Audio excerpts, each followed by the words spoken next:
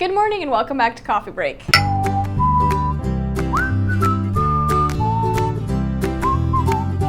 I don't know about you guys, but a lot of my work is creative work, and I love doing creative things. Like, I get paid to do creative things, which is awesome. Yeah, I mean, I think that's one of the best things about the publishing world. You get to do really creative work and work with lots of creative writers and artists. The hard part about having a creative job is, what if you're not feeling creative? Yeah. But I have to come to work. I have to get things done. So there's this Calvin and Hobbes comic, and it's one of my favorites, where they're playing in the sandbox, and Hobbes is like, "Don't you have a paper to write?" And he's like, "Creativity isn't a faucet. You can't just turn it on and off whenever you please. You have to be in the right mood." And he's like, "What mood is that? A last minute panic." Yep.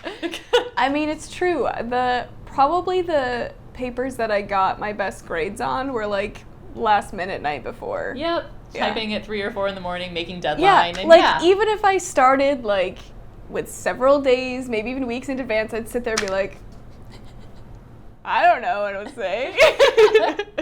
So, that's tip 1 to getting and staying inspired is... panic! Yeah. Give yourself, even if you don't have a deadline, we give our artists and authors, dates and everything, saying, okay, you have to have the manuscript in by this time, you have to have the illustrations in by this time. So we have deadlines in our contracts, but even if you don't, create one for yourself. Yeah. Yeah, because working to a deadline and forcing yourself to meet it, I think, nothing spurs creativity quite like desperation.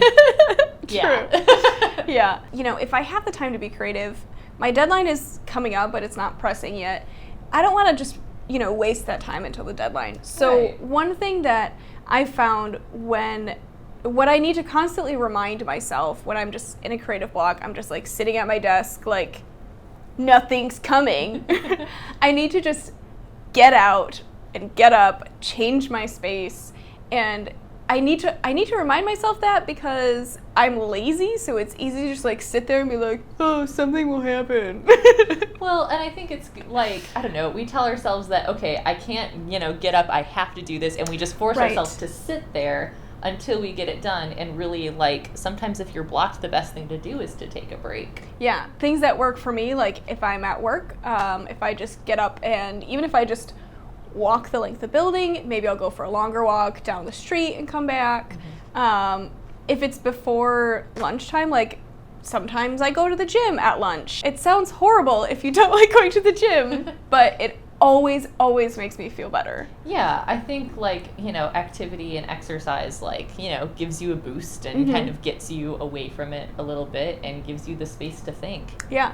Sometimes especially in winter and I don't want to go for a walk outside or something, or I just can't, have to stay in my space, there are still ways to change my space. I have kind of become known around the office for rearranging my office sometimes. It's true. People will walk by and be like, wait, but you, what? And I'm just very disconcerting. I had a creative block, so I moved where my computer was, and sometimes just that, part of it is the act of moving everything and being up and moving, and part of it is when I sit down again, my environment is different, and that helps a lot. Yeah. Bonus if I also have cute new notebooks and pens. Cute office decor, That's it. Then you get excited about using them, know, and you want to get it all out. Yeah. Another thing that I do sometimes if I just have to be in my office for some reason is I turn on some music, just something chill, not distracting, but sets a nice mood for just ignoring the rest of the world. I go through phases with music, but one artist that consistently works for me is Kishibashi. He has really brilliant work. I don't know. I just pull up Spotify and turn on Kishibashi, and I'm in the creative zone.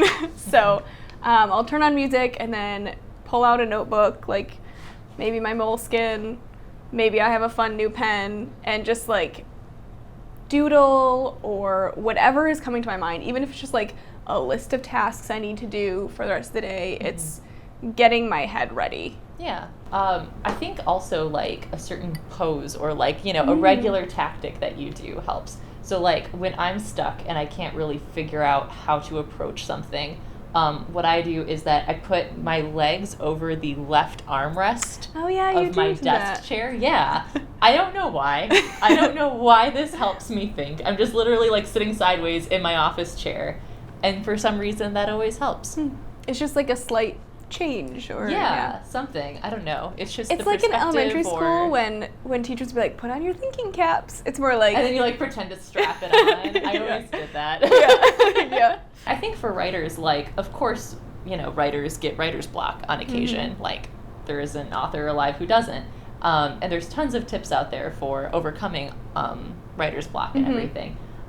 Personally, though, what I do when I'm trying to, like, write some creative copy or do something and it's not coming, it's kind of weird. I start, like, typing out verbatim, like, a page in Harry Potter or something in a Neil Gaiman novel. You know, like, you just start, like, pick a writer that you like and pick a page from one of their books and just type it out verbatim.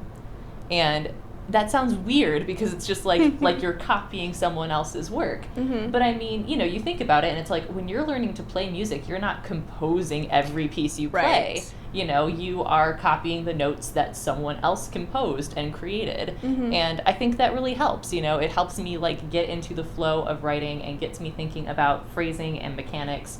And yeah, exactly. It takes you out of that, like, I have to generate my own text, and like just gets you writing without a lot of forethought. Yeah, because a lot of times it's just, how do I write? Well, you just start writing. But sometimes you're like, my brain is blank all of a sudden. Thank you for telling me to just start writing. So I just start, is it? So I really like that. Yeah, I can totally imagine how it just gets you in the right space to just keep typing your own stuff eventually. Yeah, exactly. So, you know, I don't think it's a fruitless exercise. I mean, obviously, don't, like, steal phrases from Harry Potter and put them in your book. But, It's just an exercise, not part of your later published work. So most of my creative work is visual instead of textual.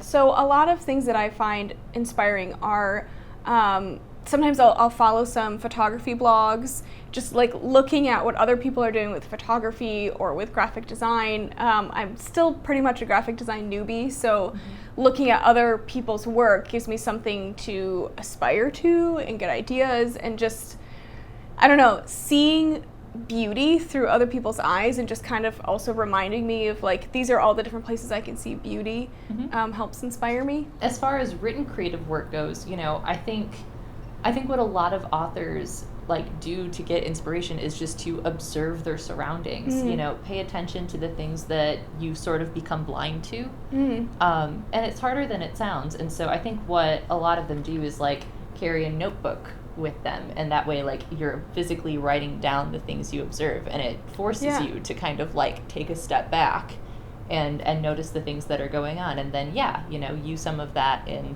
your books later, or when you're trying to, you know, develop a certain character or setting, you've got notes on, you know, what the people in your life do and where you've been. That can really help. Yeah, you know, I think that's actually a really similar concept to doing visual work. Is it's still taking notice, but I would say if you want to do visual work, just instead of using a notebook, use your camera.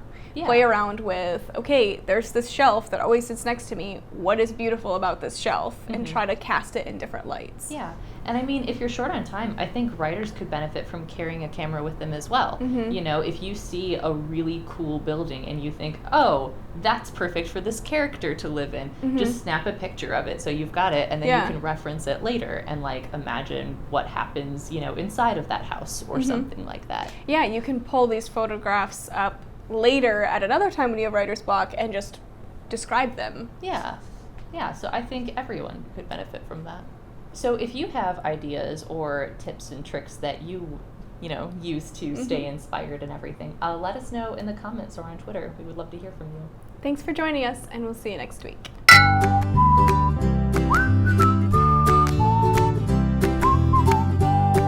That's it. Those were all the thoughts I had.